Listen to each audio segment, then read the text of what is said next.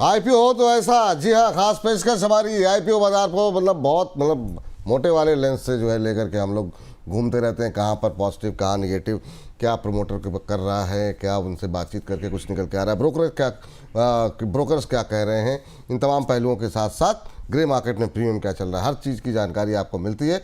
और आज हमारे साथ जुड़ चुके हैं हमारे हर्ष की जो अनुपस्थिति में अभिषेक जी हमारे साथ जुड़े हुए हैं।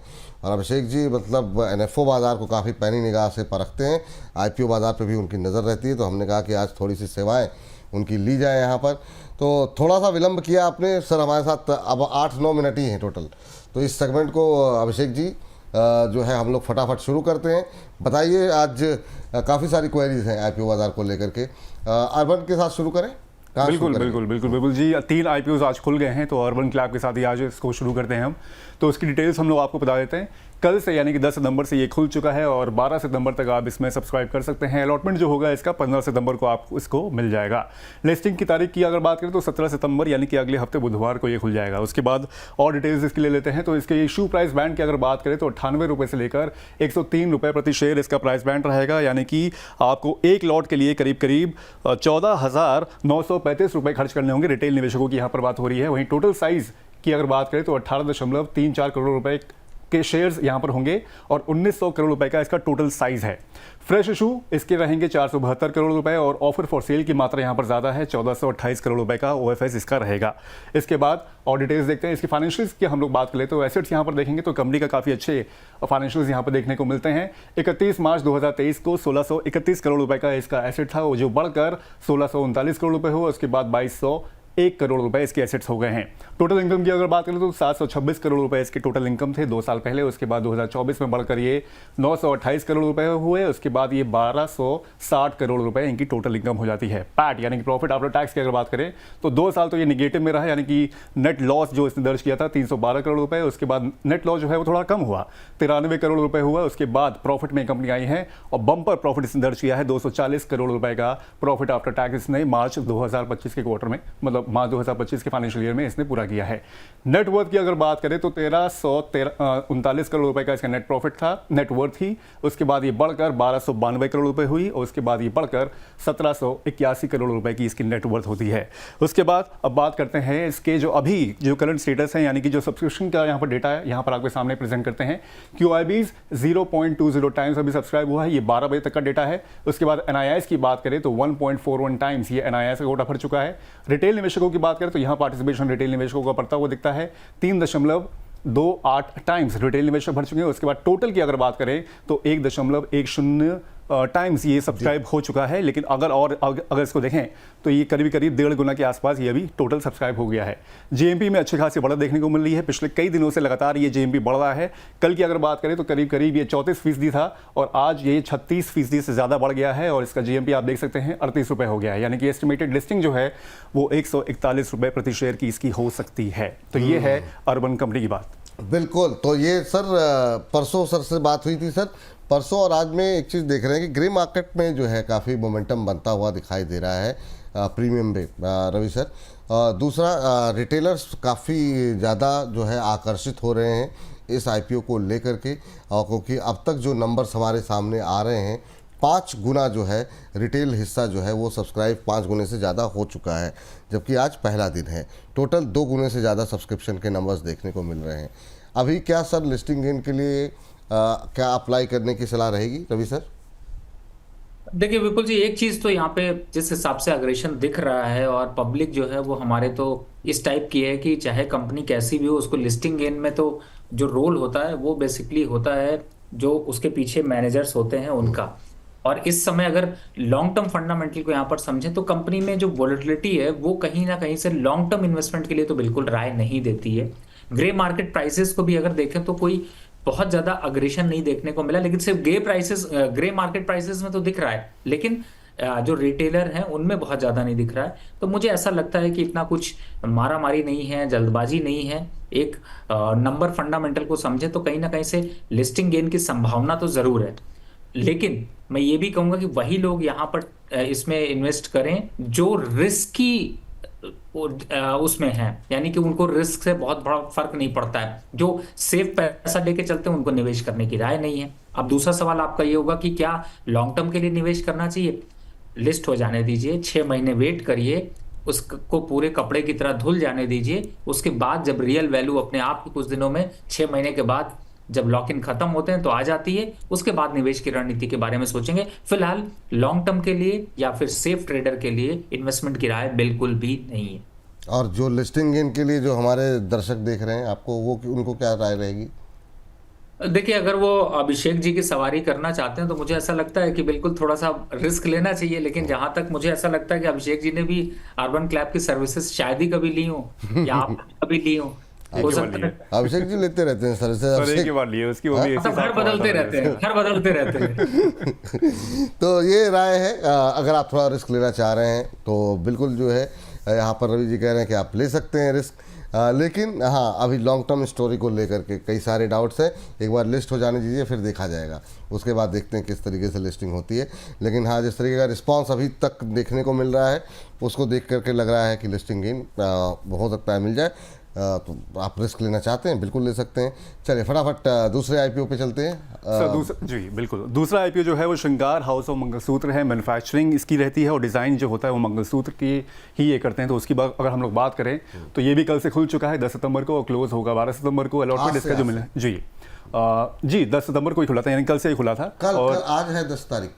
अच्छा माफ़ कीजिएगा मुझे, आज मतलब जी ज़्यादा दबाव में आ गए हैं आप, मुझे लगता है। जी 10 सितंबर यानी कि आज से खुल गया है और आप इसको 12 सितंबर तक सब्सक्राइब कर सकते हैं। अलॉटमेंट की अगर बात करें तो फिर ये 15 सितंबर को आपको इसका अलॉटमेंट जो होगा वो मिल जाएगा। लिस्टिंग की तारीख 17 सितंबर रहेगी। उसके बाद आगे बढ़ते हैं, देखते हैं इसके इशू प्राइस बैंड की अगर बात करें तो 155 रुपए से लेकर 165 रुपए पर शेयर का इसका प्राइस बैंड रहेगा। लॉट साइज 90 शेयर्स का रहेगा। टोटल साइज की अगर बात करें तो 400 करोड़ रुपए का इसका टोटल साइज है। वही ये फ्रेश इशू है, यानी कि ओएफएस का इसमें कोई भी हिस्सा नहीं रहेगा। फाइनेंशियल्स की यहाँ पर हम लोग थोड़ी सी यहाँ पर सुध ले लेते हैं। तो उसके बाद एसेट्स यहाँ पर आप देखते हैं 212 करोड़ रुपए 2023 में था, उसके बाद बढ़कर ये 265 करोड़ रुपए पे आया। उसके बाद ये 376 करोड़ रुपए पे इसके एसेट्स बढ़ते हैं।